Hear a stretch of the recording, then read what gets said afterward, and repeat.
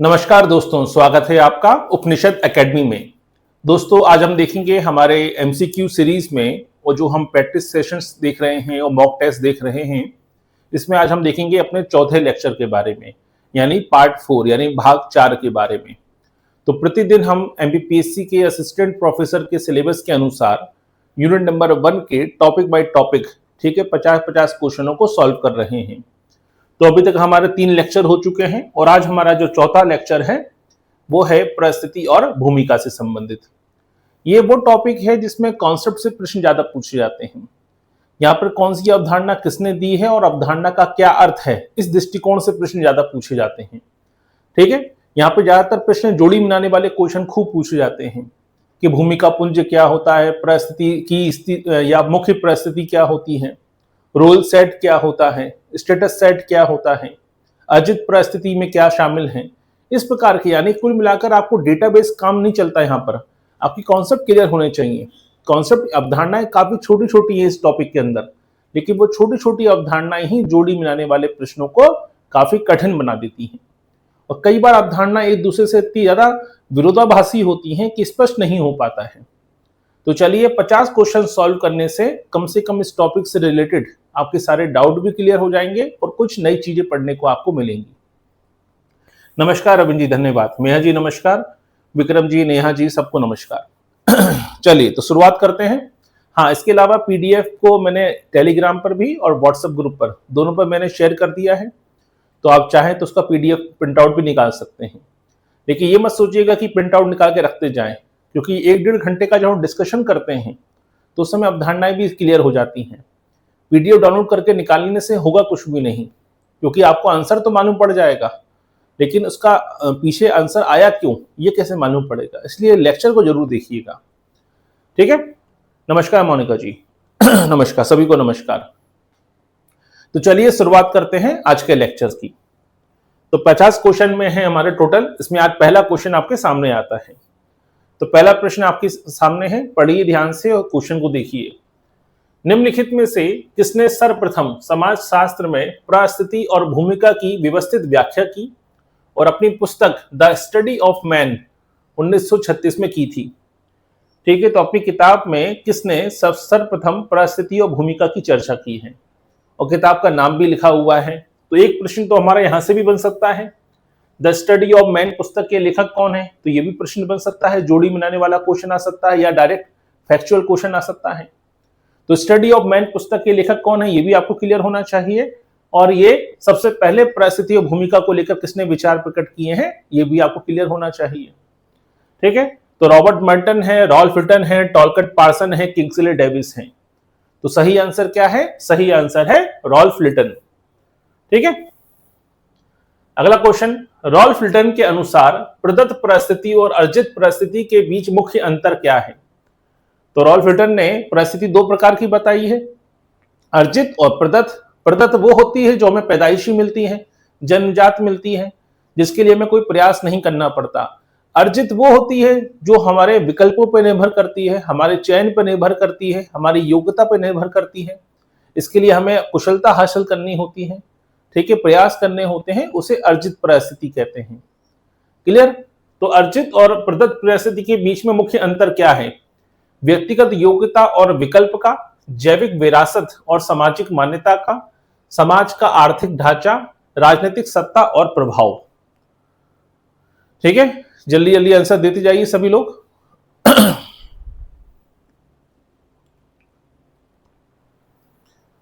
हाँ विक्रम जी, आपका आंसर गलत है, ध्यान से समझिए क्वेश्चन को।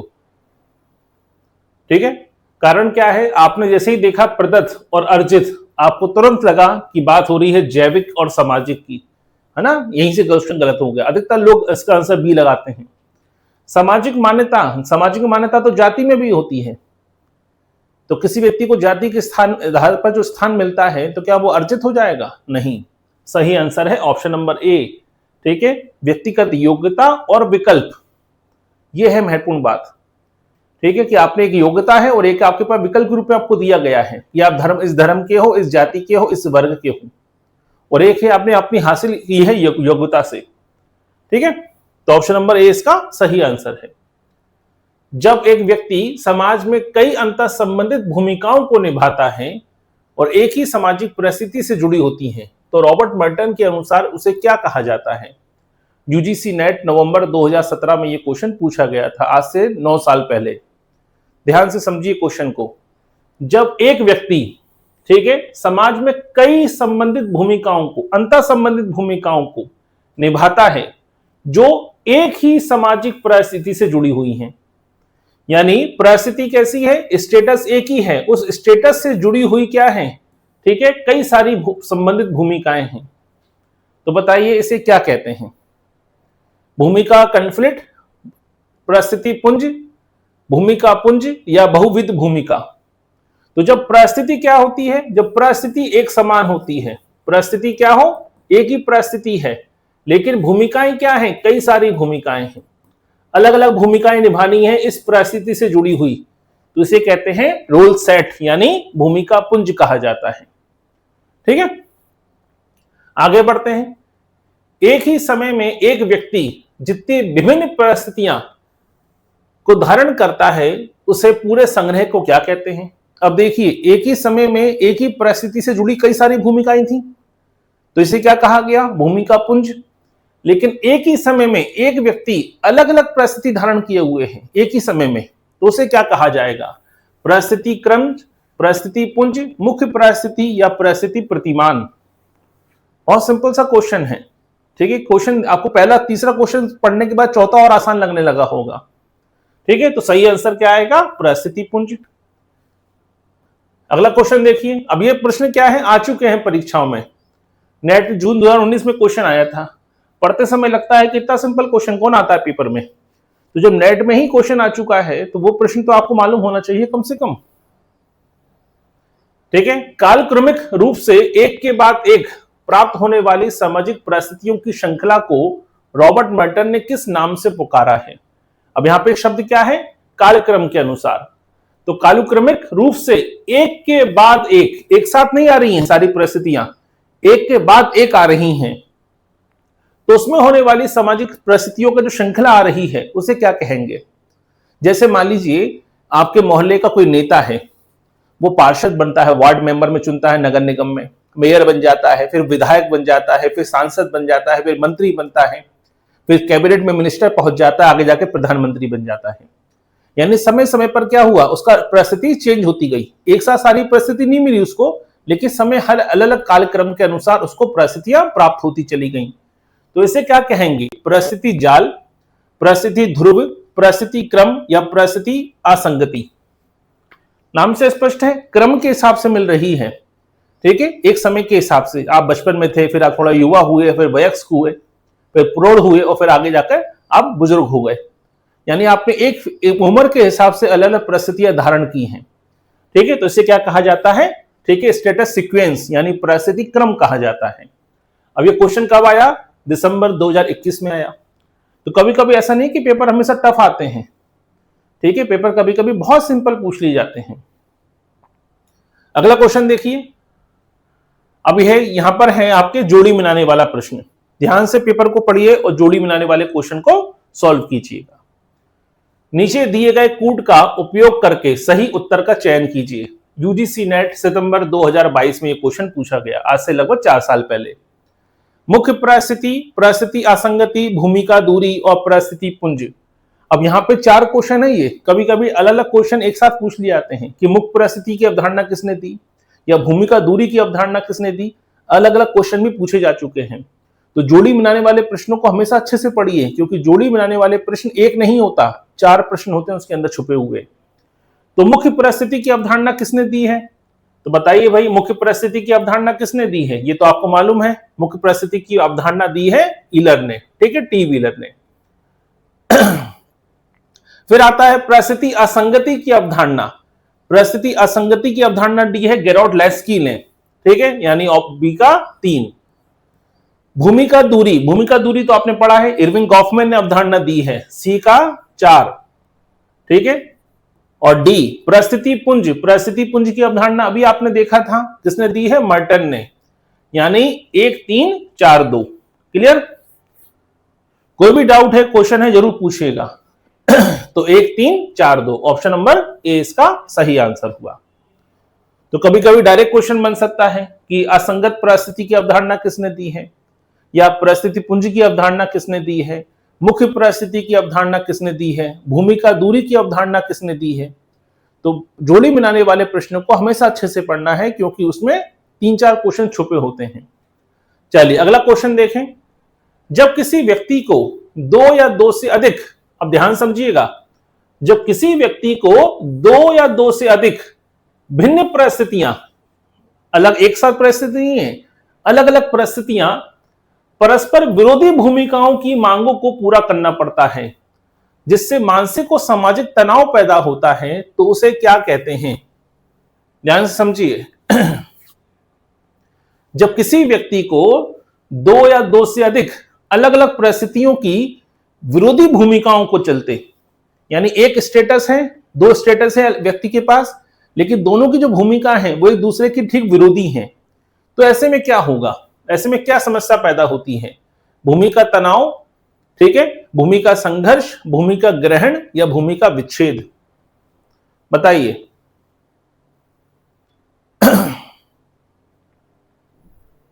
क्लियर कीजिए। अब ध्यान समझिए पहले तो, यहां भूमिका संघर्ष और भूमिका तनाव, देखिए भूमिका ग्रहण और भूमिका विच्छेद वाला कॉन्सेप्ट तो है ही नहीं, उनको हटा दीजिए। बचा क्या, तनाव और संघर्ष। अब तनाव और संघर्ष कब पैदा हो रहा है, तो पहली बात तो भूमिकाएं क्या सेम है, नहीं है भूमिका सेम। मान लीजिए एक महिला है जो बैंक में मैनेजर है, मैनेजर की पद पर है, और घर में वो मां के पद पर है, मां की परिस्थिति है। मां की जो भूमिका है और जो मैनेजर की भूमिका है, क्या वो दोनों विरोधी भूमिकाएं हैं, बताइए। क्या विरोधी भूमिका है? क्या मां की भूमिका और मैनेजर की भूमिका में कोई एक दूसरे का विरोध करता है क्या? नहीं, दोनों अलग अलग भूमिकाएं हैं। समस्या कब आती, ठीक है, ध्यान समझिएगा। अब आते हैं यहां पर एक कोई न्यायाधीश है, ठीक है, और एक उनका बेटा है, एक पिता है। अब पिता के सामने बेटा जो है वो आरोपी है, तो यहां पिता की भूमिका भी देखनी है और न्यायाधीश की भूमिका भी देखनी है। इसलिए मैंने कहा कि इस क्वेश्चन में कंफ्यूजन बहुत ज्यादा होता है कि तनाव सही आंसर होगा कि संघर्ष आंसर होगा। तो विरोधी भूमिकाओं की मांगों को पूरा करना पड़ता है, तो तनाव पैदा हो जाता है, ठीक है, बताइए अब। हाँ सभी लोग, नेहा जी, ठीक है, चलिए अधिकतर लोगों ने सही आंसर दिया है। तो सही आंसर क्या होगा, भूमिका संघर्ष, ठीक। कभी कभी क्या होता है, हम सामाजिक तनाव लिखा होता है, तनाव देखकर आंसर लगाना शुरू कर देते हैं, ऐसा नहीं होता। तनाव तब होता कि एक ही परिस्थिति होती और कई सारी भूमिकाएं निभानी होती एक ही व्यक्ति को, तब तनाव पैदा होता है, तब संघर्ष पैदा नहीं होता। परिस्थिति एक ही हो लेकिन भूमिकाएं अलग अलग हो। जैसे एक डॉक्टर है, ठीक है, मान लीजिए कोई असिस्टेंट, आपके गेस्ट फैकल्टी अतिथि विद्वान हैं आप, या आप प्रोफेसर हैं। असिस्टेंट प्रोफेसर होने के चलते आपको क्लास में पढ़ाना भी है, आपको एसआईआर के काम में भी करना है, आपको जनगणना में ड्यूटी भी करनी है, आपको प्रिंसिपल ने कोई काम बताया वो भी करना है, ठीक है। यानी एक ही कॉलेज में पद, एक ही पद पर रहते हुए अलग अलग भूमिकाएं आ गई आपकी। अब संघर्ष पैदा हो गया है कि कौन सी भूमिका पहले निभाएं, तो वो भूमिका संघर्ष, भूमिका तनाव पैदा हो गया कि एक ही व्यक्ति पे आपने सब कुछ डाल दिया है। अब वो टेंशन में आ गया है, कि तनाव में आ गया है कि पहले कैसे करूं। क्लियर। विलियम जे गुडे के अनुसार भूमिका तनाव से क्या तात्पर्य है। अब देखिए मिलता जुलता क्वेश्चन आ गया। दो अलग अलग सामाजिक पदों की भूमिकाओं में टकराव, सामाजिक परिवर्तन के कारण भूमिका निभाने में असमर्थता, एक ही सामाजिक परिस्थिति से जुड़ी भूमिकाओं की मांगों को पूरा करने में व्यक्ति द्वारा महसूस की जाने वाली कठिनाई, समाज द्वारा भूमिका की अस्वीकृति। अब देखिए इससे पहले वाला क्वेश्चन भूमिका संघर्ष से जुड़ा हुआ था, अब क्वेश्चन आ गया भूमिका तनाव से। वैसी चीजें क्लियर हो गई। अब तो क्लियर हो गया सभी को। चले, शिल्पा जी ने सबसे पहले आंसर दिया है, इसलिए कहते हैं एक ही कॉन्सेप्ट को क्लियर कर लीजिए, आसानी से आंसर आ जाएगा। अब क्या क्वेश्चन है, विलियम जी गुडे के अनुसार, ठीक है, रोल स्ट्रेन यानी भूमिका तनाव कब पैदा होगा। भूमिका तनाव जब पैदा होता है जब परिस्थिति क्या हो, एक हो। अभी मैंने बताया, एक आप प्रोफेसर है, आपको पढ़ाना भी है, एसआईआर का सर्वे भी करना है, जनगणना में काम भी करना है, ठीक है, प्रिंसिपल ने कोई मैनेजमेंट वाला काम बता दिया है, जन भागीदारी समिति वाला, वो काम भी करना है। यानी एक ही कॉलेज में एक ही अध्यापक के असिस्टेंट प्रोफेसर के पद पर रहते हुए कई सारी भूमिकाएं निभानी है, तो भूमिका का संघर्ष नहीं हो रहा, भूमिका का टेंशन पैदा हो गया है आपको। क्लियर? तो जब एक ही सामाजिक परिस्थिति होती है और उससे जुड़ी भूमिकाओं की मांग अलग अलग हो जाए, तब यह समस्या पैदा होती है। जैसे एक डॉक्टर है अस्पताल में एक व्यक्ति को डॉक्टर के रूप में जाना जाता है, तो मरीज भी डॉक्टर से अपनी समस्या बता रहा है, नर्स है वो भी समस्या बता रही है डॉक्टर साहब को कि डॉक्टर साहब ये पेशेंट थोड़ा सीरियस है। सीनियर डॉक्टर हैं वो अलग आदेश दे रहे हैं और हॉस्पिटल का जो मैनेजमेंट है वो अलग आदेश दे रहा है। तो सब लोग डॉक्टर की परिस्थिति तो एक ही है, लेकिन उसको हर व्यक्ति के साथ अलग अलग भूमिकाएं निभानी है। उसे नर्स के सामने एक अलग तरीके से अपने आप को पेश करना है, ठीक है। मरीज के सामने एक सहयोगी की भूमिका निभानी है, कलीग डॉक्टर के सामने अलग तरीके से भूमिका निभानी है। यानी परिस्थिति एक ही थी लेकिन कई सारी भूमिकाएं पैदा हो गई और उसको सबको मैनेज करना है, इससे तनाव पैदा हो जाता है। चलिए अगला क्वेश्चन, निम्नलिखित कथनों पर विचार कीजिए। इरविन गॉफमैन ने भूमिका दूरी की अवधारणा अपनी पुस्तक एनकाउंटर्स 1961 में प्रतिपादित की। भूमिका दूरी का अर्थ है व्यक्ति अपनी वास्तविक सामाजिक भूमिका से स्वयं को सचेत रूप से अलग प्रदर्शित करता है। निम्न में से कौन सा कथन सही है, बताइए। ठीक है, क्वेश्चन जल्दी से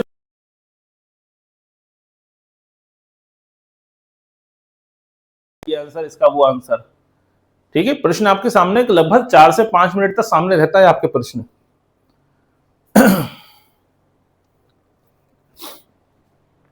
तो पहला बात तो यहीं से क्वेश्चन बन गया कि इरविन गॉफमैन ने कौन सी अवधारणा दी है, भूमिका दूरी की अवधारणा दी है, ठीक है। दूसरा क्वेश्चन, एनकाउंटर्स पुस्तक के लेखक कौन है? एनकाउंटर्स पुस्तक के लेखक है इरविन आपकी गॉफमैन। तो एक और क्वेश्चन बन गया, यानी पहला स्टेटमेंट तो सही है। अब आती है बात भूमिका दूरी। भूमिका दूरी का मतलब क्या होता है? व्यक्ति अपनी वास्तविक सामाजिक भूमिका से अपने आप को सचेत रूप से क्या करता है, अलग कर लेता है, ठीक है। इसे कहते हैं भूमिका दूरी। यानी जो रोल उसको निभाना था उसने अपने आप को जानबूझकर उस रोल से अलग कर लिया कि भाई अब ये रोल मैं नहीं निभा सकता, अब जीवन में ये भूमिका से मैं अपने आप को अलग करता हूं। इसे कहते हैं भूमिका दूरी, ठीक है। यानी और देखा जाए तो ऑप्शन नंबर सी और एक और बी दोनों सही हैं। भूमिका ग्रहण और भूमिका निर्माण के बीच अंतर किसने स्पष्ट किया है? जो प्रतीकात्मक अंतःक्रियावाद का एक प्रमुख हिस्सा है। ध्यान से समझिएगा क्वेश्चन को। यहां पे दो कॉन्सेप्ट हैं, भूमिका निर्माण और भूमिका ग्रहण। रोल टेकिंग और रोल मेकिंग, दोनों कॉन्सेप्ट क्लियर होने चाहिए। और भूमिका निर्माण की अवधारणा किसने दी है, भूमिका ग्रहण की अवधारणा किसने दी है, यह भी स्पष्ट होना जरूरी है, ठीक है। ऑप्शन क्या है? हार्वर्ड मीड और रॉल्फ टनर, ब्लूमर और कूले, पार्सन और मर्टन, फ्राइड और जियोन पियाजे। तो पहला क्वेश्चन तो है कि एलिमिनेशन करो, यानी 4 में से बाकी उन ऑप्शन को हटाओ जो हो ही नहीं सकते, क्योंकि बात हो रही है प्रतीकात्मक अंतःक्रियावाद की। पार्सन प्रतीकात्मक अंतःक्रियावाद में शामिल नहीं है, हटाइए, क्योंकि मर्टन और पार्सन प्रकारवादी हैं, प्रतीकात्मक अंतःक्रियावादी नहीं है। फ्रायड और जियन पियाजे जो है मनोवैज्ञानिक है, इनको भी हटाइए, ठीक है। यहां पर ब्लूमर और मीड दोनों ही कौन हैं? दोनों ही आपके अंतःक्रियावादी हैं, प्रतीकात्मक अंतःक्रियावादी हैं। लेकिन रॉल्फ टनर भी कौन है? रॉल्फ टनर भी प्रतीकात्मक अंतःक्रियावादी में काम करते हैं। अब आ गए 3 लोग, 2 तो आपने हटा दिए, अब बचे हैं 2, ठीक है। डॉक्टर मोनिका जी आंसर गलत है आपका, शिल्पा जी आंसर गलत है आपका, तरुण जी आपका आंसर तो पूरा गलत है। ध्यान समझिए पहले, ठीक है। अब देखिए पहली बात आती है आपके भूमिका ग्रहण की। अगर आपने सामाजिकरण का सिद्धांत पढ़ा है तो सामाजिकरण के सिद्धांत में आपने मीड का सिद्धांत पढ़ा होगा, मैं और मुझे का सिद्धांत, ठीक है। व्यक्ति हमेशा सामाजिक अपेक्षाओं के अनुसार क्या करता है? भूमिका ग्रहण करता है। जैसे बच्चा होता है, खेलने प्ले स्टोर बताया है भाई 3 प्रकार के चरण होते हैं। एक होता है बच्चा नकल करता है किसी पद को, किसी व्यक्ति की, ठीक है। जैसे बच्चे बचपन में चोर सिपाही खेलते हैं, तो चोर, एक व्यक्ति चोर बनता है, एक सिपाही बनता है, एक पुलिस वाला बनता है, एक डॉक्टर बन के गेटअप बन जाता है तो डॉक्टर बनता है। यानी बच्चे हमेशा नकल करते हुए चीजों को सीखते हैं। तो बच्चे नकल करते हुए चीजों को सीखते हैं, खेल खेल में चीजों को सीखते हैं और रोल निभाते हुए चीजों को सीखते हैं। ये मैं और मुझे की अवधारणा में सामाजिकरण में किसने बताया है? मीड ने बताया है। ठीक है। और दूसरा बात आती है भूमिका निर्माण की। जब हम इंटरेक्शन करते हैं, अंतःक्रिया करते हैं, तो अंतःक्रिया करने के दौरान हम जिस तरीके से भूमिका को निभा रहे होते हैं, मान लीजिए आपका छोटा भाई है या छोटी बहन है, आप उसको डांट रहे हैं किसी बात पर, तो कहीं ना कहीं वो आप केवल भाई नहीं है, आप कहीं ना कहीं डोमिनेंट होने की कोशिश कर रहे हैं। उस समय आप आदेशात्मक भूमिका में निभा रहे हैं। उस समय जिस तरह से आपके पिता या माता उस अपने भाई, छोटे भाई और बहन को डांटते, ठीक आप उसी भूमिका में आ जाते हैं। तो छोटा भाई क्या कहता है? पिताजी मत बनो। तो क्यों? क्योंकि आप पिताजी वाली भूमिका में आ गए हैं। यानी इंटरेक्शन करते समय अपनी आप रोल का निर्माण कर रहे हैं उस समय। तो रोल मेकिंग यानी भूमिका निर्माण की अवधारणा किसने दी है? रॉल्फ टनर ने दी थी। और भूमिका ग्रहण की अवधारणा किसने दी है? मीड ने दी है। ठीक है, क्लियर? लेकिन कम से कम ये आंसर तो मत लगाइए मर्टन और पार्सन। ठीक है, मर्टन और पार्सन अगर आंसर लगाएंगे तो फिर तो बहुत समस्या आ जाएगी। इतना बेसिक कॉन्सेप्ट है ये तो। चलिए अगला क्वेश्चन देखिए। मर्टन के अनुसार सामाजिक संरचना में भूमिका पुंज यानी रोल सेट के भीतर संभावित संघर्षों को कम करने या प्रबंधित करने का निम्नलिखित में से कौन सा मैकेनिज्म यानी तंत्र नहीं है? पहले प्रश्न को अच्छे से समझिए। मर्टन कहते हैं कि भाई भूमिका पुंज की समस्या, जब भूमिका पुंज होता है यानी कई सारे एक परिस्थिति से जुड़ी कई सारी भूमिकाएं होती हैं, तो ऐसे में क्या होता है? संघर्ष, स्वाभाविक रूप से संघर्ष बढ़ सकता है। तो संघर्ष को कम करने के लिए हम कौन कौन से कदम उठा सकते हैं? उन उठाए गए कदमों में से कौन सा शामिल नहीं है, यह प्रश्न पूछा गया है। पहला, भूमिका संबंधों में शामिल लोगों के लिए भूमिका व्यवहार की दृश्यता को कम करना, भूमिका प्रतिभागियों की भी शक्तियों के अंतर का लाभ उठाना, समाज से पूरी तरह से अपने आप को अलग कर लेना, आइसोलेट कर लेना, और परिस्थिति धारकों द्वारा विभिन्न भूमिकाओं को सामाजिक महत्व के पदानुक्रम में व्यवस्थित करना। तो इन चारों में से कौन सा ऐसा तरीका है जो संघर्ष को कम कर सकता है? वो कौन सा तरीका नहीं है जो संघर्ष को कम करने में मर्टन ने बताया है? ठीक है, अब देखिए इन सभी चीजों में एक बड़ा अव्यवहारिक सी चीज है, वो है आइसोलेशन। यानी अपने आप को समाज से काट लो। यानी पिता की भूमिका है, ठीक है, अपने आप को कमरे में बंद कर लो। बेटे की भूमिका है, रोल निभाना है, समाज में जो भी परिस्थिति है, सो भी भूमिकाएं हैं। इसका एक ही तरीका है, संन्यास लेके सब कुछ छोड़ दो। ठीक है, तो यही कारण क्या हुआ कि भाई आप क्या कर रहे हैं? आप भूमिका से भाग रहे हैं, आप परिस्थिति से भाग रहे हैं, आप अपने आप को समाज से अलग थलग करके अपने आप को मोक्ष की प्राप्ति वाला मत बताइए। इसका मतलब है कि आप डरपोक हैं। इसका मतलब है कि आपको समाज की, आपको रोल प्ले नहीं कर सके, अपनी जिम्मेदारियों से भाग रहे हैं। तो क्या संभव है? नहीं है। यही कारण है कि मर्टन यही कहते हैं कि समाज से अपने आप को अलग थलग कर लेना ये कोई रास्ता नहीं है। ठीक है, संघर्षों को कम करने में या भूमिका संघर्ष से बचने का ये कोई तरीका नहीं होता। बाकी 3 तरीके अपना सकते हैं आप, लेकिन ये कोई तरीका नहीं है कि अपने आप को बंद कमरे में कर लो या मोक्ष के लिए अब हिमालय चले जाओ। ये कोई तरीका नहीं हुआ। अगला क्वेश्चन देखिए। समाजशास्त्र में परिस्थिति असंगति या परिस्थिति असंगतता की अवधारणा का क्या अर्थ है? ठीक है, अब परिस्थिति असंगति की जब बात आती है तो 2 लोगों के नाम आते हैं, गेरोल्ड लॉस्की का नाम भी आता है, मर्टन का नाम भी आता है। लेकिन जब भी एग्जाम में क्वेश्चन आएगा कि परिस्थिति असंगति या परिस्थिति असंगतता की अवधारणा किसने दी है, तो गेरोल्ड लॉस्की का नाम ही आएगा। क्लियर? अब देखिए कि परिस्थिति असंगति का मतलब क्या होता है।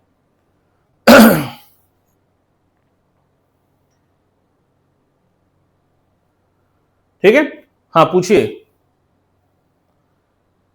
जब व्यक्ति प्रदत्त और अर्जित परिस्थितियां समान स्तर पे हों, जब किसी व्यक्ति के पास सामाजिक स्तरीकरण के विभिन्न आयामों में असमान या बेमेल पद हो, जब समाज में परिस्थितियों को पूरी तरह से अभाव हो, और जब व्यक्ति अपनी भूमिका निभाने से मना कर दे।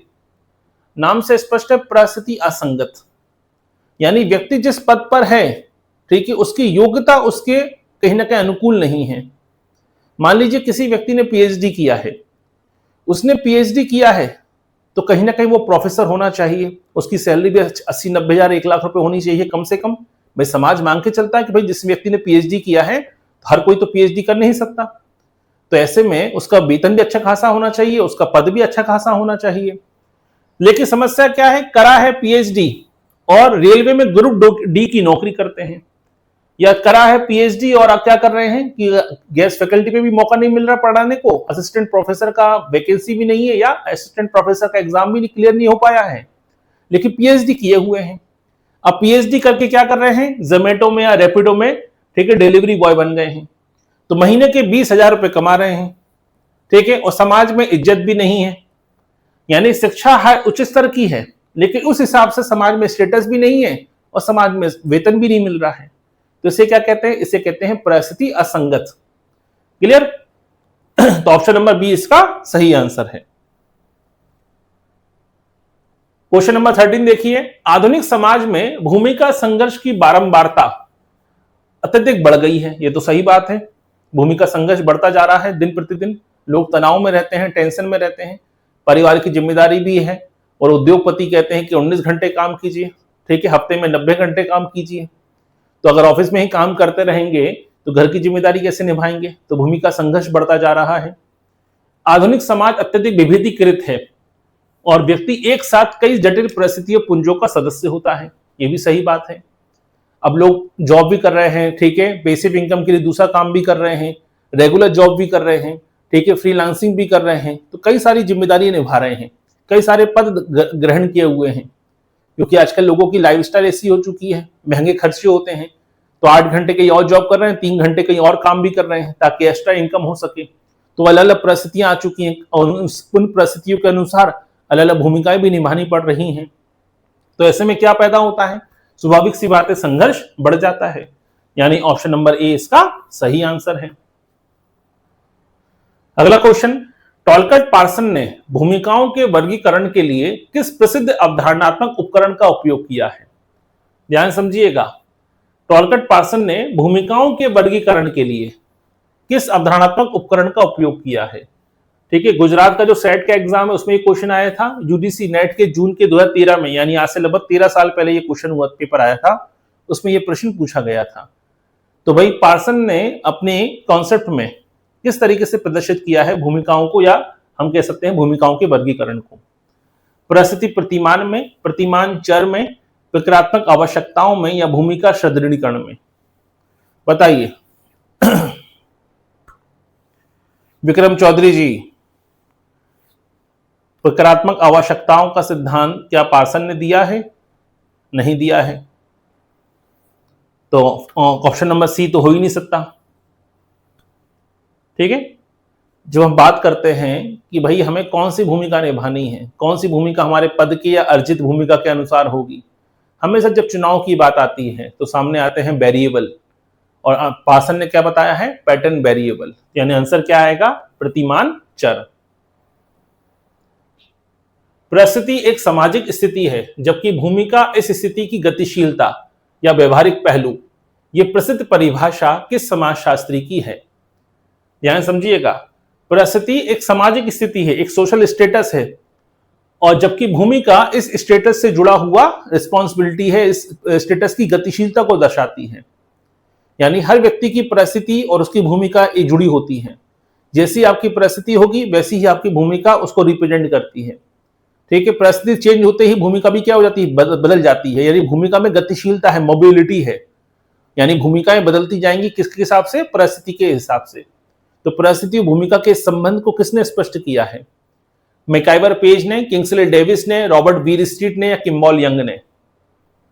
ठीक है, सही आंसर है रॉबर्ट वीर स्ट्रीट। बड़ी फेमस किताब लिखी द सोशल ऑर्डर, उसमें यह परिभाषा उल्लेखित की है किसने? रॉबर्ट वीर स्ट्रीट ने। हेलन रोज फॉग ब्लाउ द्वारा समाजशास्त्र में प्रतिपादित वह कौन सी प्रक्रिया है जिसमें कोई व्यक्ति अपनी किसी पूर्व सामाजिक भूमिका या परिस्थिति को स्वेच्छा या मजबूरी से स्थायी रूप से छोड़ता है और नई पहचान अपना लेता है? ठीक है, यानी इस कौन सी ऐसी प्रोसेस है जिसमें व्यक्ति स्वतंत्र रूप से, ठीक है, अपनी इच्छा से अपनी पुरानी भूमिका को छोड़ देता है और नई भूमिका को एक्सेप्ट कर लेता है? जैसे बहुत से लोग होते हैं ना कि भाई आजकल जॉब स्विच कर लेते हैं, काम कुछ कर रहे थे, फिर धीरे धीरे मन उब गया और फिर दूसरा कोई काम शुरू कर लिया, एक नई भूमिका ग्रहण कर ली, नई परिस्थिति ग्रहण कर ली। तो इसे क्या कहा जाता है? भूमिका धुरी, भूमिका निकास, भूमिका स्थिरता, भूमिका हस्तांतरण। ठीक है भाई एक आपने फिल्म देखी होगी, ठीक है, नाम याद नहीं मुझे उसका, एक डायलॉग था, कहीं पहुंचने के लिए कहीं से निकलना जरूरी है। बस यही है बस पूरा खेल कि नई भूमिका के लिए, नई परिस्थिति के लिए पूरी पुरानी भूमिका या पुरानी परिस्थिति को छोड़ना पड़ता है, निकलना पड़ता है, एग्जिट करना पड़ता है। ठीक है, मेरे ख्याल से रणबीर कपूर की फिल्म का डायलॉग था कि कहीं पहुंचने के लिए कहीं से निकलना जरूरी होता है, यानी आपको रोल एग्जिट, भूमिका निकास करना होता है। तो इस प्रोसेस को क्या कहते हैं? भूमिका निकास। अगला क्वेश्चन, माइकल बैटन ने अपनी पुस्तक रोल्स में सामाजिक भूमिकाओं को 3 श्रेणियों में विभाजित किया है। निम्नलिखित में से कौन सी श्रेणी उनके वर्गीकरण में शामिल नहीं है? ठीक है, अब देखिए, वैसे तो आपने मेरे ख्याल से कम पढ़ा होगा, बहुत कम लोगों को पढ़ते हैं माइकल बैटन के बारे में, क्योंकि नॉर्मली हम पुरानी अवधारणाएं ज्यादा पढ़ते रहते हैं। तो माइकल बैटन ने 1965 में किताब लिखी, किताब का नाम क्या है? रोल्स। और यहाँ पे भूमिकाओं की 3 श्रेणियां बांटी हैं। कितनी श्रेणियां? 3 श्रेणियां। तो पीवाईक्यू इसलिए फायदेमंद होते हैं क्योंकि देखिए सब कुछ नहीं पढ़ाया जा सकता और ना सब कुछ पढ़ा जा सकता है, लेकिन पीवाईक्यू करते समय या पुराने क्वेश्चन, प्रीवियस के क्वेश्चन सॉल्व करते समय, मॉक टेस्ट देते समय हमें नए नए क्वेश्चन मिलते रहते हैं और यही नए क्वेश्चन हमारे नोट्स को, हमारे कंटेंट को और बेहतर बना सकते हैं। इसलिए ठीक है, केवल एक ही किताब को उठा के पढ़ते रहिए, लेकिन साथ में क्वेश्चन भी सॉल्व कीजिए। आप केवल सोच के जाएं कि हम सिलेबस पूरा पलट्टा मार लें और सब कुछ पढ़ लें और पेपर सॉल्व नहीं करेंगे तो आप केवल अपने आप को सीमित कर लेंगे, नई चीजों को एक्सेप्ट ही नहीं कर पाएंगे, नई चीजों को जान ही नहीं पाएंगे। इसलिए पेपर जरूर सॉल्व किया कीजिए। बहुत से लोग सोचते हैं कि 6 महीने पढ़ेंगे, आखिरी के 10 दिन पहले पीवाईक्यू कर लेंगे।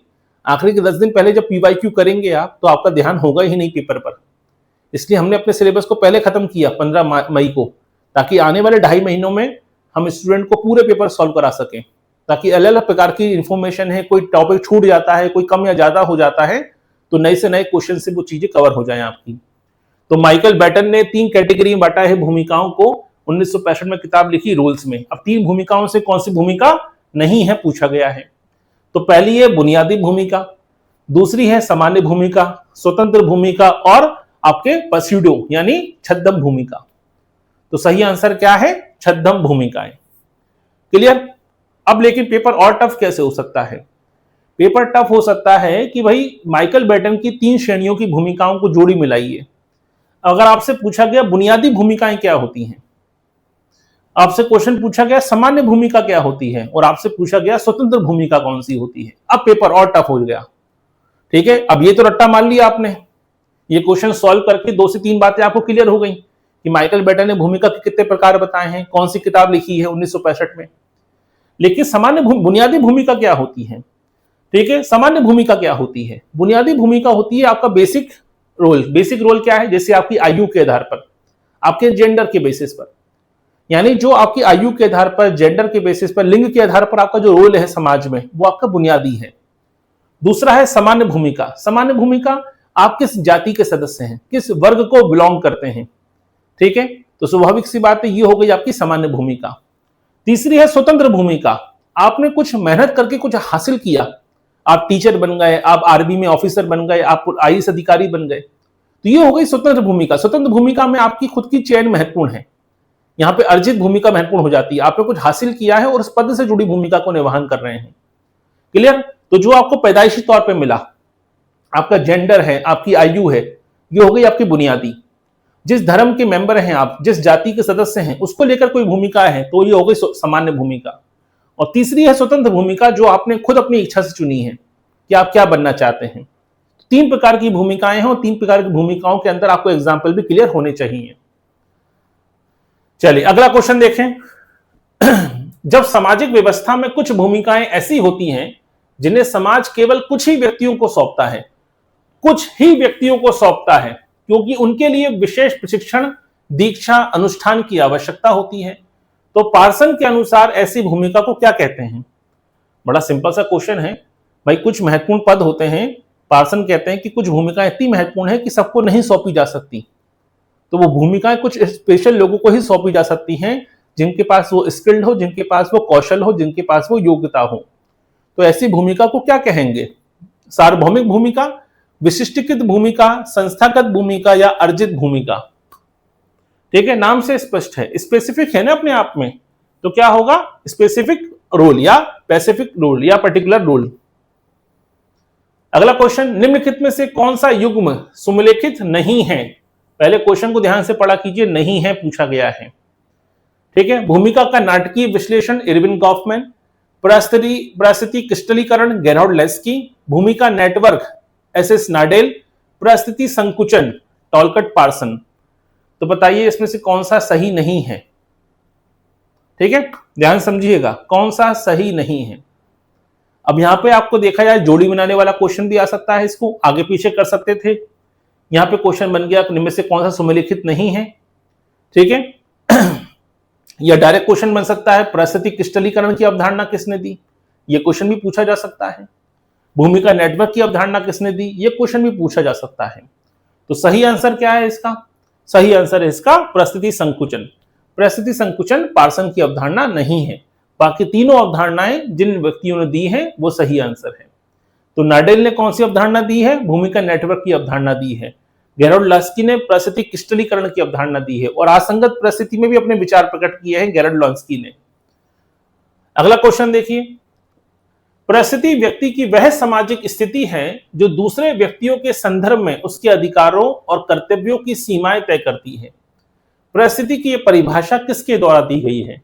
उत्तराखंड पीसीएस में असिस्टेंट प्रोफेसर में 2017 में यह क्वेश्चन आया था। ठीक है, तो परिस्थिति व्यक्ति की वह सामाजिक स्थिति है जो दूसरे व्यक्तियों के संदर्भ में उसके अधिकारों और कर्तव्यों की सीमाएं तय करती है। तो ये परिभाषा है। अब ये ऐसी परिभाषाएं तो आपको याद करनी पड़ेंगी और परिभाषा को याद करने में आपको कीवर्ड का इस्तेमाल करना पड़ेगा। बताइए, जल्दी से जल्दी जवाब दिया कीजिए सभी लोग, क्वेश्चन तो पढ़ लिए ना आपने।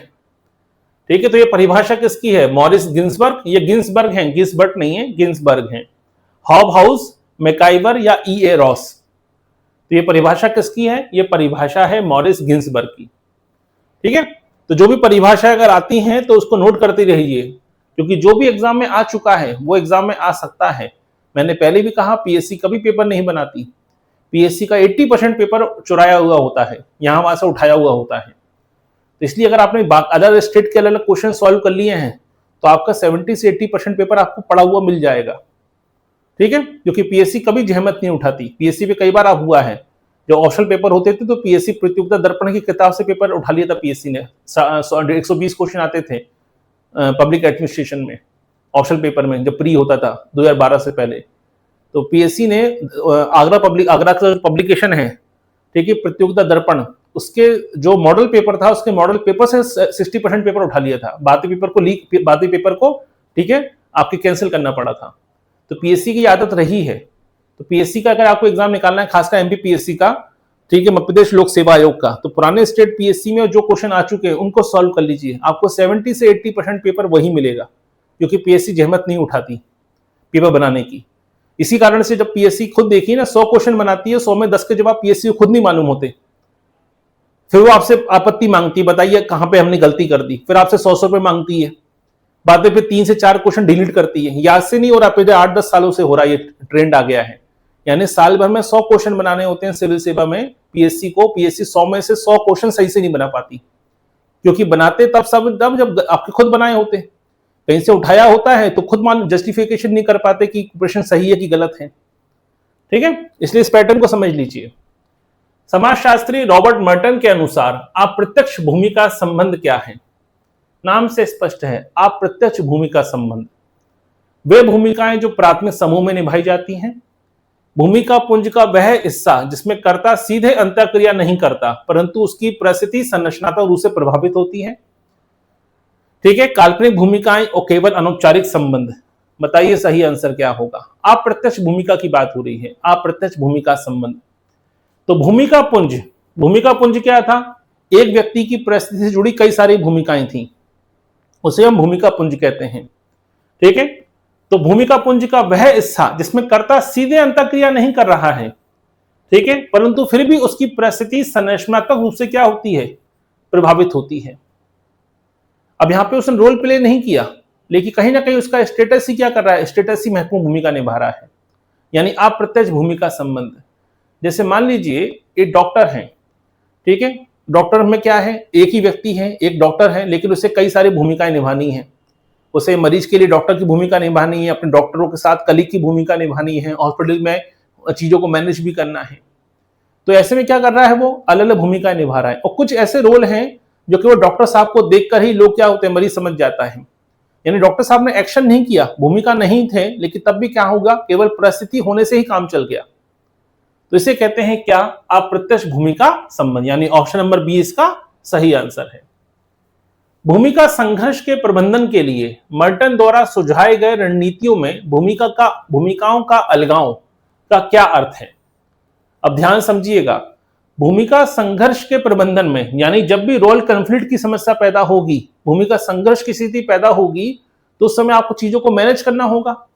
उस प्रबंधन के लिए मर्टन द्वारा सुझाए गए रणनीतियों में एक महत्वपूर्ण रणनीति है भूमिका का अलगाव।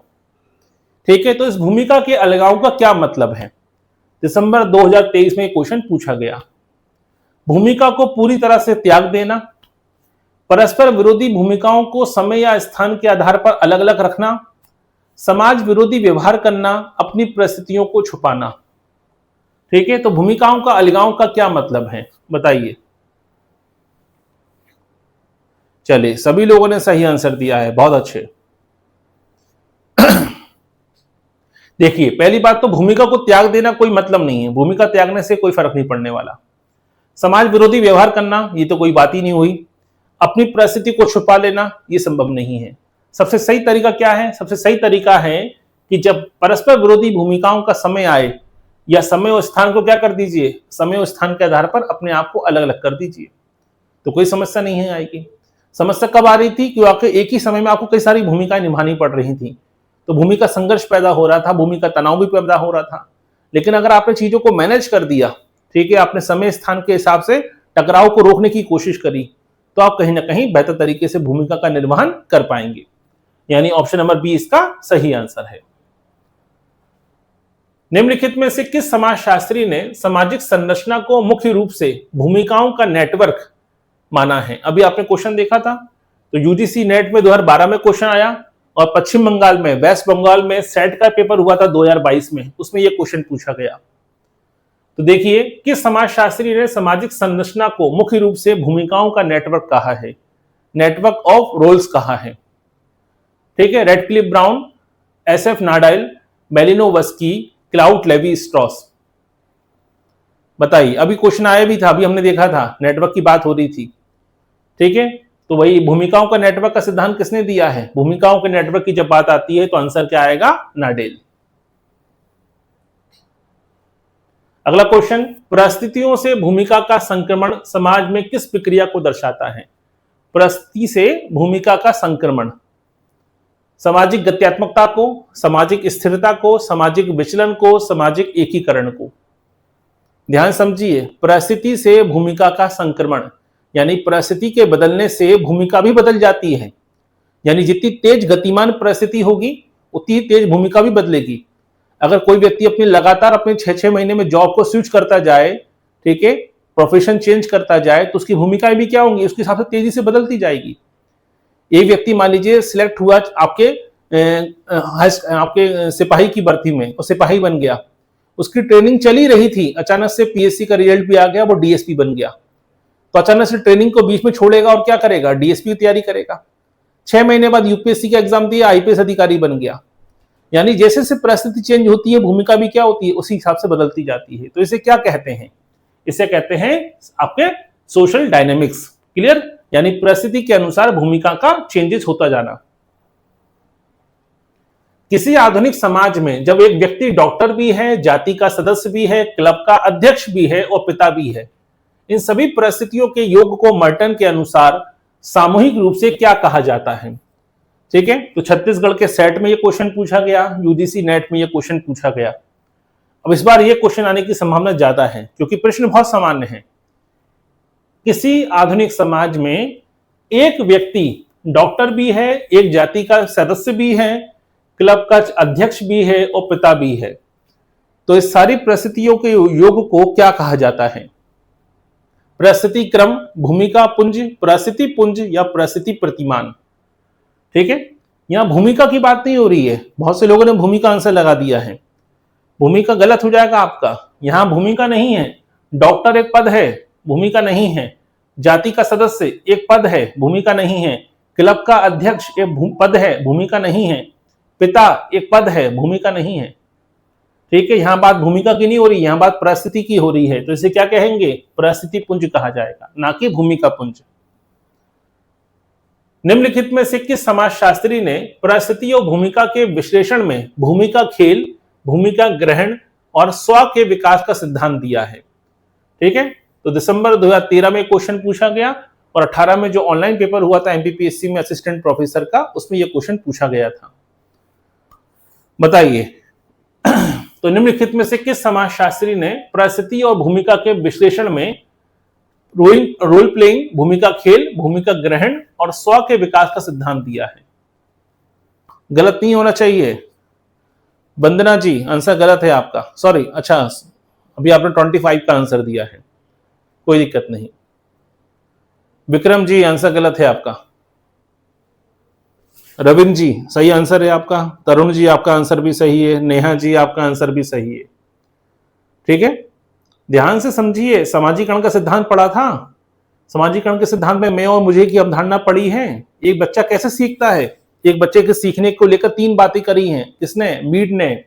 ठीक है, तो जॉर्ज हार्वर्ड मीड ने बताया है इसके बारे में कि बच्चा खेल खेल में सीखता है, बच्चा लोगों के व्यवहार को नकल करके सीखता है और रोल प्लेइंग से सीखता है। ये 3 प्रकार की बात रखी है। इसी के माध्यम से बच्चे का स्व का विकास होता है। ये विचार किसका है? ये विचार है मीड का। पार्सन के अनुसार वे भूमिकाएं जो किसी विशेष उद्देश्य या स्वार्थ से प्रेरित ना होकर संपूर्ण समाज या सामूहिक कल्याण के रूप में निभाई जाती हैं, उन्हें प्रतिमान चर के तहत क्या कहा जाता है?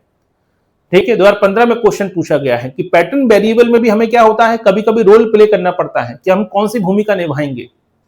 ठीक है, हम स्वार्थ वाली भूमिका निभाएंगे, अपने बारे में सोचेंगे कि समाज के बारे में सोचें। पैटर्न वेरिएबल में एक वेरिएबल ये भी आता है समस्या कि हमें अपने कल्याण के बारे में सोचना है कि समाज के कल्याण के बारे में सोचना है। तो यहाँ पे बात हो रही है कि पार्सन जब कहते हैं कि हम सबके सामूहिक कल्याण के बारे में व्यक्ति जब सोचता है तब वो कौन सी भूमिका ग्रहण करता है। ठीक है, या किस प्रकार की कहीं ना कहीं भूमिका ग्रहण करेगा। स्वविन्यास बनाम सामूहिक अविन्यास, विस्तृतता बनाम विशिष्टता, तटस्थता बनाम भावनात्मकता, सार्वभौमिकता बनाम विशिष्टता।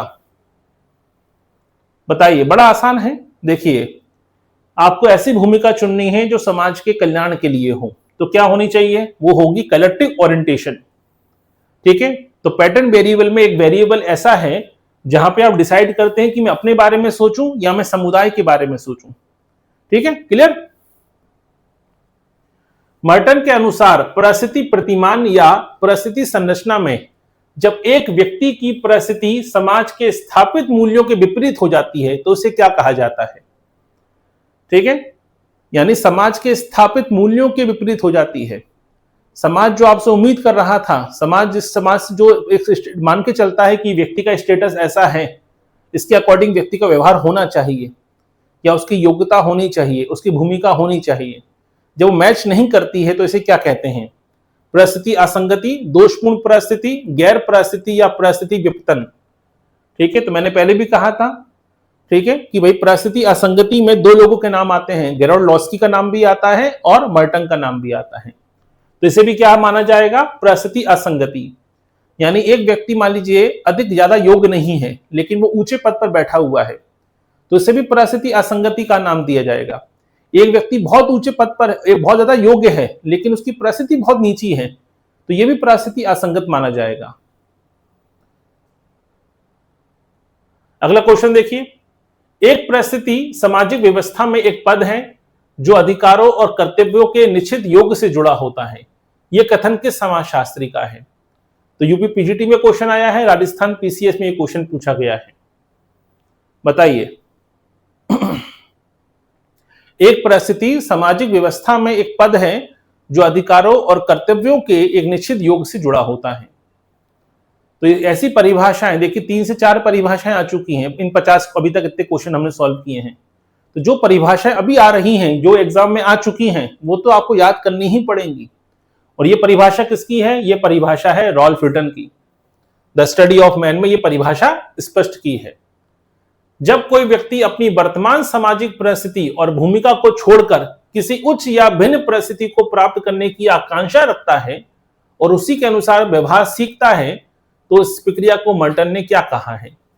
ध्यान समझिए, जब कोई व्यक्ति अपनी वर्तमान परिस्थिति को और भूमिका को छोड़कर उच्च या भिन्न परिस्थिति को प्राप्त करने की आकांक्षा रखता है और उसके हिसाब से व्यवहार सीखता है, तो इसे क्या कहते हैं? ठीक है, पुनः सामान्यकरण, प्रत्याशित सामाजिकरण, भूमिका संदर्भीकरण या भूमिका ग्रहण। तो आपने कई बार सुना है, क्वेश्चन आता है प्रत्याशित सामाजिकरण। सामाजिकरण के प्रकारों में आपने पढ़ा भी है, याद रखिएगा। जिसे कहते हैं प्रत्याशित सामाजिकरण, यानी जो भूमिका भविष्य में आने वाली है उसके बारे में अभी से सीखना, अभी से अपने आप को प्रशिक्षित करना, इसे कहते हैं प्रत्याशित सामाजिकरण। ठीक है, ये किसकी अवधारणा है? मर्टन के द्वारा दी गई अवधारणा है। अब देखिए, जोड़ी बनाने वाले क्वेश्चन है, ध्यान से समझिएगा। भूमिका पुंज, एक के बाद एक क्रमिक परिस्थितियों का बदलना। परिस्थिति पुंज, एक ही परिस्थिति से जुड़ी अनेक भूमिकाएं। परिस्थिति क्रम, एक ही समय में व्यक्ति की कुल परिस्थितियां।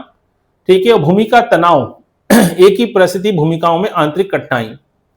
तो सबसे पहले देखिए, एक के बाद एक क्रमिक परिस्थितियों का बदलना, यानी एक क्रम के हिसाब से आ रही हैं, यानी सी का तो हो गया 1।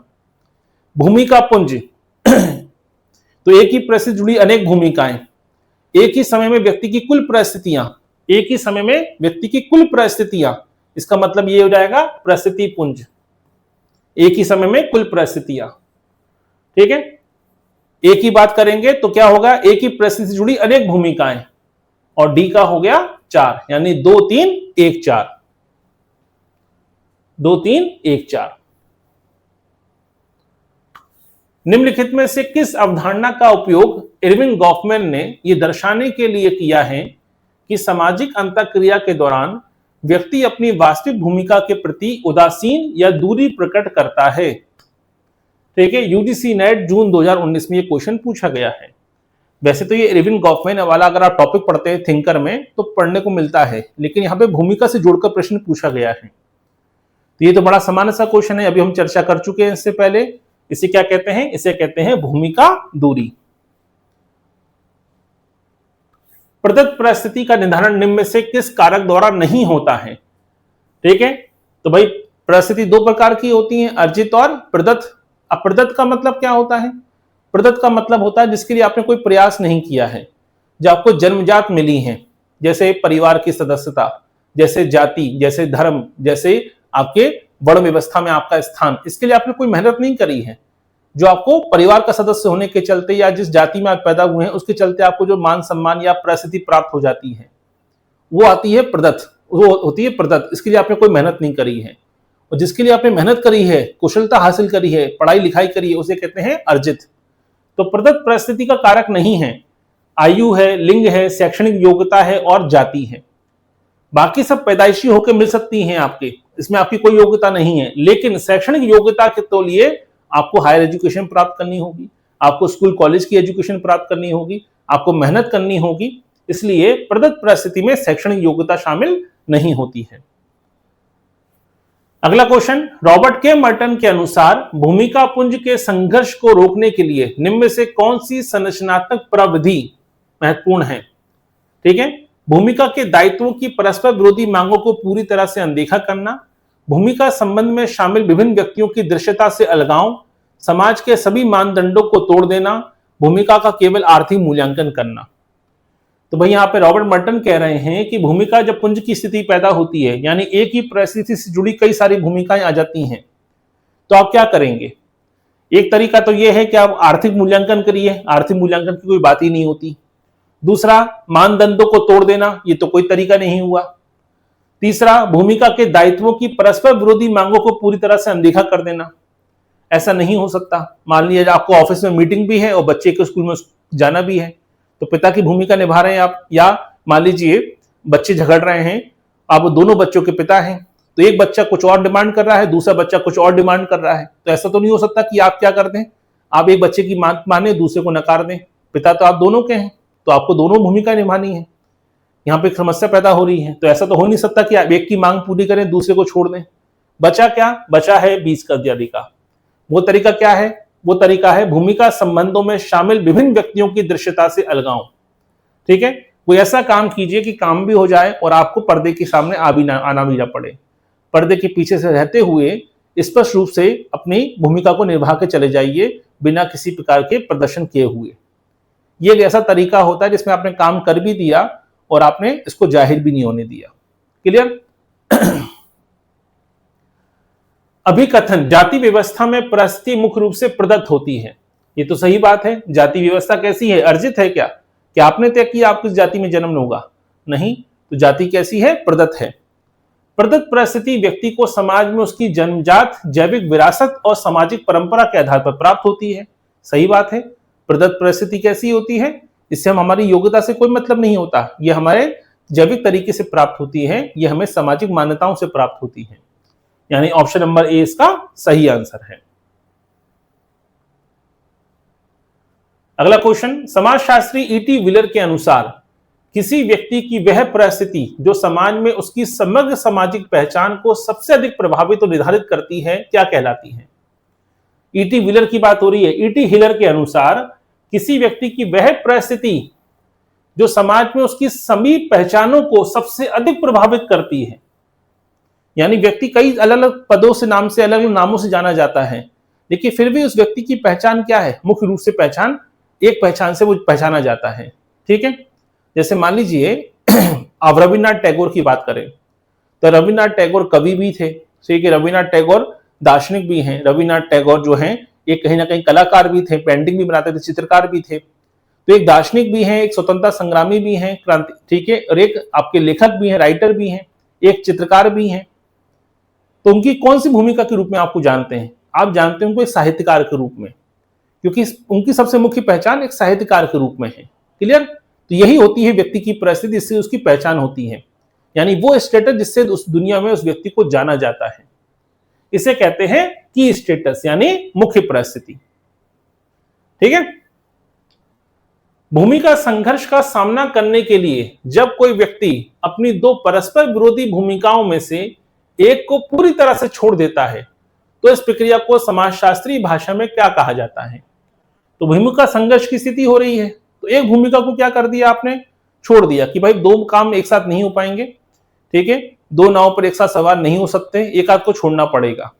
तो इसे क्या कहा जाता है? भूमिका संकुचन, भूमिका परित्याग, भूमिका स्थगन, भूमिका पृथक्करण। तो इसे कहते हैं भूमिका को परित्याग कर दिया आपने, एक भूमिका छोड़ दी आपने। निम्नलिखित में से किस विचारक ने भूमिका पुंज के विश्लेषण में भूमिका अपेक्षा भूमिका ग्रहण के बीच संरचनात्मक संबंधों को स्पष्ट किया है? ध्यान समझिएगा, भूमिका पुंज के विश्लेषण में भूमिका अपेक्षा और भूमिका ग्रहण के बीच संरचनात्मक संबंधों को स्पष्ट किया है। मर्टन, पार्सन, नार्डेल या किंग्सले डेविस? बताइए सही आंसर।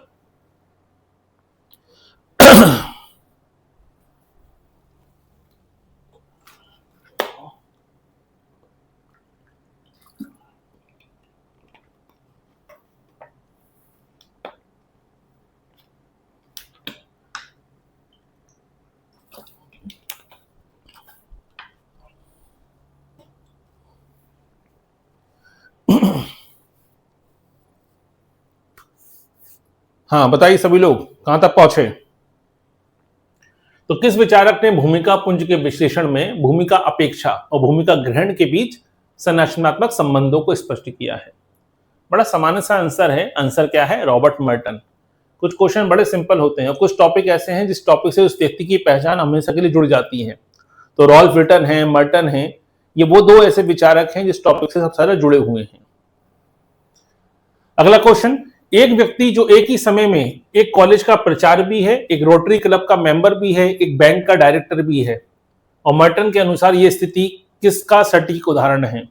ध्यान समझिए, एक ही व्यक्ति है लेकिन वो कॉलेज का प्रोफेसर भी है, वो रोटरी क्लब का मेंबर भी है, बैंक का डायरेक्टर भी है। ठीक है, तो इस पे कौन सा जो शब्दावली है या कौन सा उदाहरण इसका सटीक उदाहरण माना जाएगा? परिस्थिति क्रम, परिस्थिति पुंज, बहुभूमिका या भूमिका संघर्ष? देखिए परिस्थिति क्रम तो है नहीं, क्योंकि क्या हुआ है, एक व्यक्ति एक ही समय की बात हो रही है, एक ही समय में है, तो अलग अलग क्रम तो आ ही नहीं सकता, तो परिस्थिति क्रम तो आएगा नहीं। बहुभूमिका, यहां भूमिका की बात नहीं हो रही है, व्यक्ति मेंबर है, याद रखिए, यहां परिस्थिति की बात हो रही है, भूमिका की तो बात ही नहीं हो रही है। ठीक है, सही आंसर क्या आएगा? परिस्थिति पुंज। रॉल्फ विल्टन ने सामाजिक परिस्थिति के कितने मुख्य प्रकार बताए हैं? तो रॉल्फ विल्टन के अनुसार परिस्थिति के दो ही प्रकार होते हैं, अर्जित और प्रदत्त। आंसर लगाइए सीधा। अब देखिए कहां क्वेश्चन आया है, यूपी पीजीटी में क्वेश्चन आया था, इतना सिंपल क्वेश्चन है। जब किसी भूमिका को निभाने में कर्ता को समाज द्वारा पूर्व निर्धारित लिखित नियमों, कानूनों या संहिताओं का कड़ाई से पालन करना पड़ता है, तो पार्सन के अनुसार वे किस प्रकार की भूमिका होती है?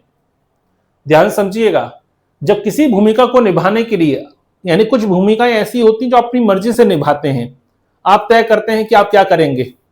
लेकिन कुछ भूमिकाएं ऐसी हैं जहां आपकी मर्जी नहीं चलेगी, जहां पर आपको नियम कायदे का पालन करना होगा, जहां पे आपको कानून का पालन करना होगा, लिखित नियमों का पालन करना होगा, जहां आपकी मर्जी से काम नहीं चलेगा। तो ऐसी भूमिका को क्या कहेंगे? अनौपचारिक भूमिका, संस्थागत भूमिका, प्रदत्त भूमिका या विस्तारित भूमिका। इसे कहते हैं संस्थागत भूमिका। जैसे एक पुलिस अधिकारी है, आईपीएस अधिकारी है, आईएएस है, तो अपनी मर्जी से काम नहीं कर सकते, जो रूल्स एंड रेगुलेशन बने हैं, लिखित नियम है नौकरशाही के, उसके हिसाब से चलना होता है। इसे कहते हैं संस्थागत भूमिका। नार्डेल ने the theory of social structure में भूमिकाओं के वर्गीकरण में संबद्ध भूमिकाओं को किसके विपरीत माना है? ये तो बड़ा सिंपल सा क्वेश्चन था, आज तक ये देखा जाए तो यूजीसी नेट की परीक्षाओं में ये सबसे सिंपल क्वेश्चन माना जाता है, प्रश्न में ही जवाब छुपा हुआ है। तो एक होती है संबद्ध भूमिका, यानी कुछ भूमिकाएं ऐसी होती हैं जो दूसरों के सापेक्ष होती हैं, जैसे पति पत्नी की, डॉक्टर और मरीज की। अगर डॉक्टर के पास कोई मरीज ही नहीं आ रहा तो कोई इसको डॉक्टर क्यों मानेगा? तो कुछ भूमिकाएं किसी चीज से जुड़ी होती हैं, और कुछ भूमिकाएं होती हैं जो एक दूसरे से जुड़ी हुई होती ही नहीं है, अलग अलग होती हैं, जिससे बीच में कोई संबंध नहीं होता। तो संबद्ध भूमिकाओं का ठीक उल्टा क्या होगा? गैर संबद्ध भूमिकाएं। क्लियर? अगला क्वेश्चन देखिए, निम्नलिखित में से कौन सा एक समाजशास्त्रीय रूप से भूमिका तनाव का सही उदाहरण है? भूमिका तनाव की बात हो रही है। एक डॉक्टर जो अस्पताल में मरीज को देखने के साथ साथ अपने घर पर बीमार बच्चे की चिंता में भी है। एक अध्यापक जिसे एक ही समय में कॉलेज में व्याख्यान भी देना है, परीक्षा की कॉपियां भी जांचनी है और प्रशासनिक फाइलों का निपटान भी करना है। एक व्यक्ति जो बेरोजगार होने के कारण तनाव में है। उपयुक्त में से कोई नहीं। तो आपके तनाव का सबसे सही उदाहरण कौन सा हुआ? जब एक व्यक्ति एक परिस्थिति पर है, लेकिन एक परिस्थिति के दौरान उसे कई सारी भूमिकाएं क्या करनी है? भूमिकाएं निभानी है, क्योंकि सारी भूमिकाएं उसके पद से जुड़ी हुई हैं, परिस्थिति से जुड़ी हुई हैं। जैसे एक प्राध्यापक है, ठीक है, तो प्राध्यापक होने के चलते उन्हें कॉलेज में लेक्चर भी लेना है, व्याख्यान भी लेना है, बच्चों की कॉपियां भी चेक करनी है, और जो आपके कॉलेज मैनेजमेंट है उसमें फाइलें भी निपटानी है। यानी यहाँ पे अलग अलग भूमिका नहीं है। यहाँ पे तो डॉक्टर की भूमिका अलग है, पिता की भूमिका अलग थी। लेकिन तनाव तब पैदा होता है जब परिस्थिति एक ही हो लेकिन भूमिकाएं कई सारी हो, और सभी भूमिकाओं की अपेक्षा आप ही से की जा रही है, आप ही को करना होगा, तो व्यक्ति टेंशन में आ जाता है। इसे कहते हैं रोल स्ट्रेन। क्लियर? भूमिका तनाव कहा जाता है। अगला क्वेश्चन, स्टेटस क्रिस्टलाइजेशन की अवधारणा को परिस्थिति असंगति के विपरीत सामाजिक स्तरीकरण के विभिन्न आयामों में समानता को दर्शाती है। यह किसने कहा है? ध्यान समझिएगा। स्टेटस क्रिस्टलाइजेशन की अवधारणा जो परिस्थिति असंगति के विपरीत सामाजिक स्तरीकरण के विभिन्न आयामों में समानता को दर्शाती है, किसने दी है? तो परिस्थिति असंगति की अवधारणा तो आपको मालूम है कि जब व्यक्ति का पद, व्यक्ति की शिक्षा, व्यक्ति की आपके आय उसके पद जो परिस्थिति से समान नहीं होती तो उसे असंगति कहते हैं। जैसे मान लीजिए किसी व्यक्ति की इनकम है, किसी व्यक्ति की इनकम, किसी व्यक्ति की शिक्षा और किसी व्यक्ति की परिस्थिति, सम्मान, स्टेटस, अगर वो सब समान है, एक ही रेंज पर है, एक व्यक्ति ने हायर एजुकेटेड व्यक्ति है, पढ़ा लिखा व्यक्ति है, अच्छी खासी सैलरी है और समाज में सम्मान भी है, तो हम इसे कहेंगे स्टेटस ऑफ क्रिस्टलाइजेशन कहेंगे। क्या कहेंगे? स्टेट क्रिस्टलाइजेशन कहा जाता है, स्टेटस क्रिस्टलाइजेशन कहा जाता है। लेकिन व्यक्ति की शिक्षा तो ज्यादा है लेकिन इनकम कम है, सम्मान कम है, तो इसे कहा जाता है, इसे परिस्थिति असंगति कहा जाता है। इसे थोड़ा ऐसे समझ लीजिए, हमेशा के लिए याद हो जाएगा आपको। जैसे मान लीजिए किसी व्यक्ति की आय किसी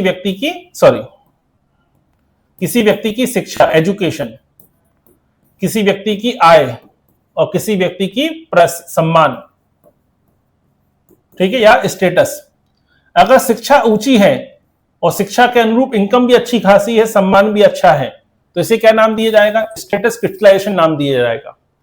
लेकिन शिक्षा तो ऊंची है लेकिन इनकम कम है और समाज में सम्मान भी कम है, तो इसे कहा जाता है परिस्थिति असंगति। क्लियर? कोई समस्या इसमें? तो हम कहते हैं ना शिक्षित बेरोजगार, तो शिक्षित बेरोजगार यही है, परिस्थिति असंगति। यानी पढ़े लिखे तो बहुत है, ना तो पैसा है ना तो समाज में सम्मान मिल रहा है, ठीक है। और लोग उन्हें कह रहे हैं, न्यायाधीश उन्हें कहते हैं कि ये कॉकरोच हैं, कि भारत में जो बेरोजगार हैं वो कौन है? कॉकरोच हैं। अभी आपने सुना होगा स्टेटमेंट। बात अलग है, उन्होंने दूसरे रेफरेंस में कहा था, लेकिन कहने का तरीका उनका अलग था। उनका एकदम ऐसा था कि वह होता ना कि किसी को भिगो के जूता मारना, कि आपने बेइज्जती भी कर दी है करोड़ों लोगों की, 8% बेरोजगारी दर चल रही है और जो बेरोजगार हैं उसके लिए आप कह रहे हैं कि तुम कॉकरोच हो। ये जो स्टेटमेंट था ये अपने आप में विवादास्पद हो गया था, बीच में आपने सुना भी होगा, सुप्रीम कोर्ट के मुख्य न्यायाधीश का स्टेटमेंट था। क्लियर हुआ? तो यहां बात हो रही है ये अवधारणा किसने दी है, तो अवधारणा किसने दी है? गेरहार्ड लॉन्स्की ने दी है। तो महत्वपूर्ण आंसर नहीं है, महत्वपूर्ण है दोनों अवधारणाओं के कॉमन को चीजों को समझना।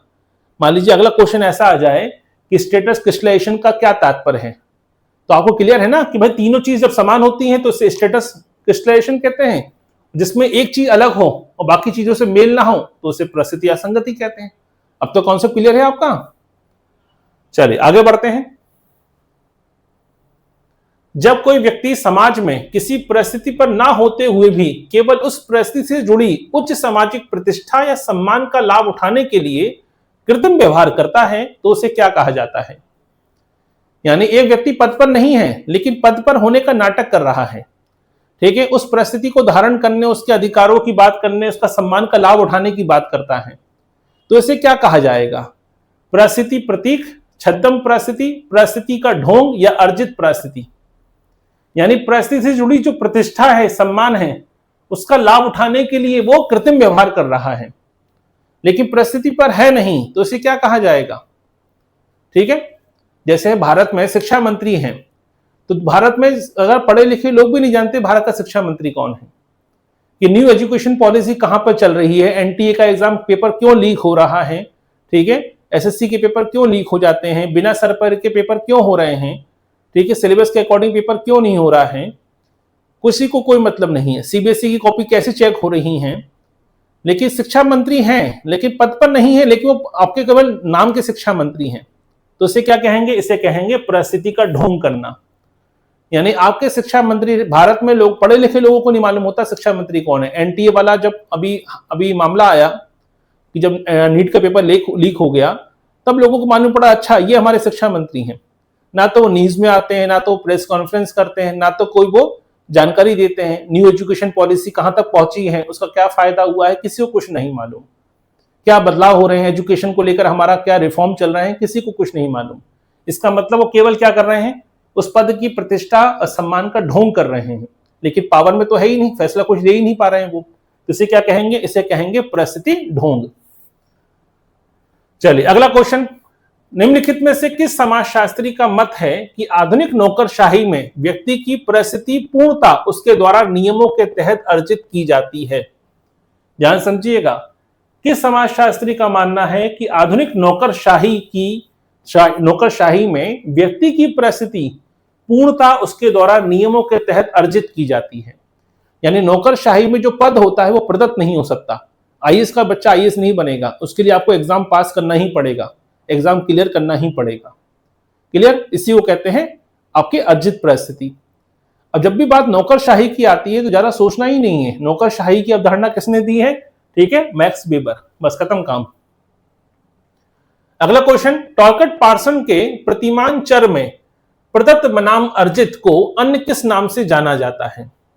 तो पार्सन के प्रतिमान चर में प्रदत्त बनाम अर्जित को किस नाम से जाना जाता है? गुणवत्ता बनाम कार्य प्रदर्शन, भावना बनाम तटस्थता, विस्तृतता बनाम विशिष्टता और सार्वभौमिकता बनाम स्थानीयता। बताइए। अब देखिए पार्सन का पैटर्न वेरिएबल कितनी बार अलग अलग तरीकों से क्वेश्चन पूछने में आता है। तो कल हमने क्वेश्चन पूछे थे, उसमें भी पासन का पैटर्न वेरिएबल वाले क्वेश्चन आ रहे थे, और आज के टॉपिक में भी क्वेश्चन आ रहे हैं। तो पासन का पैटर्न वेरिएबल केवल पढ़ने से काम नहीं चलेगा, उसको आपको अलग अलग टॉपिक्स में लिंक करके पढ़ना पड़ेगा। ठीक है, तो बात हो रही है प्रदत्त वर्तम अर्जित की। तो भैया आपको क्वालिटी महत्वपूर्ण है या आपको परफॉर्मेंस देखनी है कि कौन व्यक्ति है, किस जाति का सदस्य मैं नौकरी पे रखूं या किसकी परफॉर्मेंस अच्छी है देख के नौकरी पे रखूं। तो ये हमेशा आपके सामने पैटर्न वेरिएबल में समस्या आती है। यानी बात हो रही है किसकी, गुणवत्ता बनाम कार्य प्रदर्शन की, कि आप किस परिवार से आते हैं ये देखूं कि आपकी परफॉर्मेंस क्या है ये देखूं। क्लियर। तो यहां पे आती है आपकी बात आती है पैटर्न वेरिएबल की, पार्सन की। भूमिका विच्छेद या भूमिका दूरी के संदर्भ में गॉफमैन ने अपना अध्ययन मुख्य रूप से किस सामाजिक परिवेश में किया था। तो इरविन गॉफमैन ने, आपने देखा ही है, भूमिका दूरी की अवधारणा दी थी। 1961 में किताब आई थी एनकाउंटर, उसमें यह अवधारणा को प्रतिपादित किया था। तो अध्ययन भूमिका दूरी की अवधारणा के लिए उन्होंने अध्ययन कहां पे किया था? ठीक है, कारखानों के मजदूरों पर, शल्य चिकित्सकों और बच्चों के हिंडोले के सवारों पर, आधुनिक जेलों की कैदियों पर, आदिम जातियों पर। बताइए, 48 का क्वेश्चन नंबर 48 है, इसका पहले आप लोग आंसर दीजिए। ठीक, जल्दी से जल्दी आंसर दीजिए सभी लोग। हाँ बताइए। वंदना जी आंसर गलत है, विनीता जी आंसर गलत है, रविंद्र जी आंसर गलत है, शिल्पा जी आंसर गलत है। सबने गलत आंसर दिया अभी तक, जितने भी लोगों ने आंसर दिए हैं। ठीक है, इसलिए कहा था भूमिका दूरी की बात हो रही है।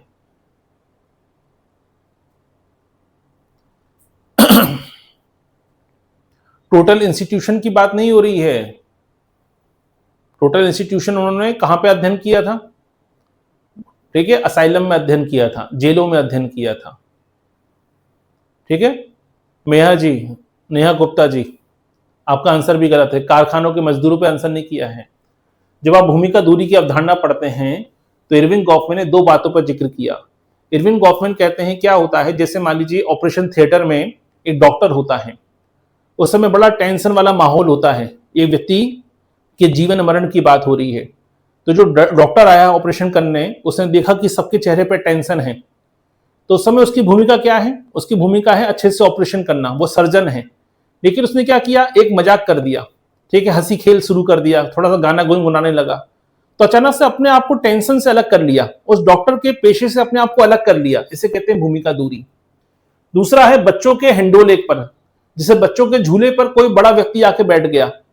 तो इरविन गॉफमैन ने देखा कि जब कोई बड़ा उम्र का व्यक्ति, वयस्क व्यक्ति बच्चों के झूलों पर जाकर बैठता है, ठीक है, तो उस वो भूमिका में आ नहीं पाता है। यानी उस समय जो बच्चों वाली भूमिका है वो उसके अंदर सही तरीके से उतर नहीं पाता है। यानी वो झूले पर बैठ तो गया है लेकिन उसे बच्चों की तरह मजा नहीं आ रहा है, यानी वो कहीं ना कहीं उस भूमिका को एक्सेप्ट नहीं कर पा रहा है। क्लियर। ये दो प्रकार के अध्ययन किए इन्होंने और इसी को कहा, यहीं से उभरकर सामने आती है भूमिका दूरी की अवधारणा। ठीक है, चलिए अगला क्वेश्चन। रॉबर्ट मर्टन के अनुसार परिस्थिति क्रम सामाजिक स्थिरता को कैसे बढ़ावा देती है? अब परिस्थिति क्रम तो आपने पढ़ा ही है कि अलग अलग फेज में, अलग अलग समय पर क्या होता है, हम अलग अलग परिस्थितियां धारण करते जाते हैं। इसी को ही, ठीक है, स्टेटस सीक्वेंस कहा जाता है, परिस्थिति क्रम कहा जाता है। तो ये किस प्रकार से बढ़ावा देती है समाज में? ये समाज में क्रमिक रूप से होने वाले परिस्थिति परिवर्तनों के अनुकूल को सुगम बनाती है। ये सभी परिस्थितियों को समाप्त कर देती है। ये केवल प्रदत्त परिस्थिति को महत्व देती है। ये समाज में क्रांति पैदा करती है। ठीक है, सही आंसर क्या होगा? Option number A. अगर आपको मालूम है कि समय के साथ हमें अलग अलग प्रमोशन मिलता ही जाएगा, तो फिर संघर्ष खत्म हो जाता है, फिर प्रतिस्पर्धा खत्म हो जाती है, फिर बेमनस्य की भावना खत्म हो जाती है। आपको मालूम है कि भाई 8 या 9 साल के बाद हमारा प्रमोशन हो जाएगा, तो अभी जिसका हो रहा है उसके 8 या 9 साल हो गए होंगे, वो सीनियर हो गया है। सीधी सी बात है, एक समय आने पर हमारा भी प्रमोशन हो जाएगा। तो इससे समाज में प्रतिस्पर्धा खत्म हो जाती है, इससे समाज में संघर्ष की संभावना खत्म हो जाती है। तो यही बात आती है कि जब भाई परिस्थिति का क्रम होता है तो समाज में क्या होता है, जो परिवर्तन हो रहे हैं लोग उसको एक्सेप्ट कर लेते हैं कि हमारा नंबर आएगा तो हमें भी मौका मिलेगा। क्लियर। अगला क्वेश्चन लास्ट है। निम्नलिखित समाजशास्त्रियों में से किसने भूमिका को सामाजिक संरचना की न्यूनतम अनुभवात्मक इकाई के रूप में स्वीकार किया है? ध्यान समझिएगा, निम्नलिखित में से किसने भूमिका को सामाजिक संरचना की न्यूनतम इकाई के रूप में स्वीकार किया है? पश्चिम बंगाल में सेट का एग्जाम हुआ, उसमें यह क्वेश्चन पूछा गया। यूजीसी नेट के 2012 में यह क्वेश्चन पूछा गया। तो बताइए सही आंसर क्या है? सामाजिक संरचना की न्यूनतम इकाई माना है किसे? भूमिका को। जब हम सामाजिक संरचना की बात करते हैं तो यहाँ कई गलती से भी रेड क्लिफ ब्राउन आंसर मत लगा दीजिएगा। सामाजिक संरचना में व्यक्ति को ज्यादा महत्व नहीं देते हैं रेड क्लिफ ब्राउन, वो सामाजिक संरचना को ज्यादा महत्व देते हैं। क्लियर? इसलिए व्यक्ति की भूमिका कोई मायने रखती नहीं रेड क्लिफ ब्राउन के अनुसार। महत्वपूर्ण है नाडेल। नाडेल सामाजिक संरचना में संरचना के साथ साथ व्यक्ति को भी महत्व देते हैं। क्लियर? और यहाँ पे उन्होंने यही कहा है कि समाज की मूल इकाई व्यक्ति है, लेकिन सामाजिक संरचना में व्यक्ति महत्वपूर्ण नहीं है, व्यक्ति के द्वारा निभाई जा रही भूमिका महत्वपूर्ण होती है। तो यह आंसर क्या आएगा? नाडेल। क्लियर? चलिए, तो ये था 50 क्वेश्चन। तो कुछ चीजें नई पढ़ने को मिली होंगी, कुछ नई परिभाषाएं पढ़ने को मिली होंगी, कुछ नई किताबें सुनने को मिली होंगी। जी हाँ, नोट्स जो प्रोवाइड कराने, समरी की मैंने पहले ही बोला है मैंने कि समरी में प्रोवाइड आपके एप्लीकेशन पे अपलोड कर दी है, देखिएगा यूनिट नंबर 1 की। लेकिन नोट्स जो हैं अगर पूरे के पूरे डिटेल में चाहते हैं हार्ड कॉपी में, तो फिर आपको अलग से मैं फॉर्मेट भेज दूंगा, उसके हिसाब से आपको घर पे पहुंचा दिए जाएंगे। ठीक है? चले, तो कल मुलाकात होगी हमारे टॉपिक पे सामाजिक समूह पर। और सामाजिक समूह का मतलब केवल सामाजिक समूह नहीं, सामाजिक समूह, अंतर समूह, बाह्य समूह, संदर्भ समूह, तो सामाजिक समूह की जितनी भी अवधारणाएं हैं, जितने प्रकार हैं, सबको मिलाकर 50 क्वेश्चन कल हम सॉल्व करेंगे। क्लियर? चले, तो मुलाकात होगी आपसे अगले लेक्चर में। बने रहिए हमारे साथ। बहुत बहुत धन्यवाद।